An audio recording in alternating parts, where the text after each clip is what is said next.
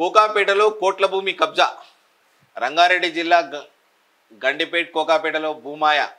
Survey number 147లో 31.28 గుంటల సర్కారు భూమి, కోట్లాది రూపాయల విలువైన భూమి మాయం. కొంత భూమిని కబ్జాకు పాల్పడ్డ ప్రైవేట్ సంస్థలు సర్కారు భూమిలో సూపర్ స్పెషాలిటీ హాస్పిటల్ నిర్మాణానికి అనుమతులు ఇచ్చిన మున్సిపల్ హెచ్ఎండిఏ, ప్రత్యక్ష పాత్రలో రెవెన్యూ, హెచ్ఎండిఏ, మున్సిపల్ అధికారులు. మన కోకాపేటలో ఉన్నటువంటి భూమి అది బంగారంతో సమానం కాదు, వజ్రాలతో సమానం. అటువంటి భూమిని ఇవాళ మళ్ళీ కొందరు కబ్జాగాళ్ళు, కబ్జా రాయిళ్ళు మళ్ళీ కబ్జాలు పెట్టి ఆ కబ్జాలు పెట్టి మళ్ళీ హాస్పిటల్స్ నిర్మాణం కూడా చేస్తురంట.